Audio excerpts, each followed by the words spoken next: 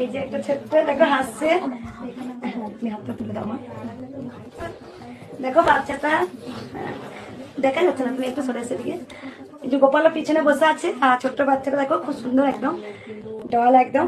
আমি বাচ্চা ভীষণ ভালোবাসি, তোমরা সবাই জানো, কারণ বাচ্চার কিছু হলে আমি থাকতে পারি না। একটা বাচ্চাটাকে দেখো, একটা বাচ্চার কিছু হলে পরে আমি থাকতে পারি না। যাই হোক, এই বাচ্চাটা হয়তো আমাকে আগে টেনেছে। আর একটা কৃষ্ণকালী মা ঝিলিক, সেটাও খুব অসুস্থ, সেম একই। ওই বাচ্চাটার বয়স তোমার 5 বছর 5 মাস বা 6 মাস এরকম। এই বাচ্চাটা কত বয়স বলে? 11 মাস বয়স।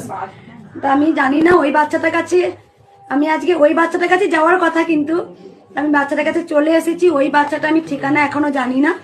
যদি আমি ঠিকানাটা জানি, ঝিলিক মা ফোন নাম্বার দিয়েছে, আমি একটু ফোন করবো। সবসময় তো আমার সবার বাড়ি যাওয়া সম্ভব হবে না।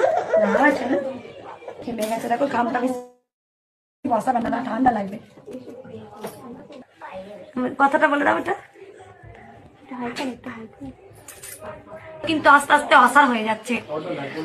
আর একটা মেডিসিন কিনে সেটার দাম হচ্ছে 6 লাখ টাকা। সেই মেডিসিনটা 6 লাখ টাকা দাম।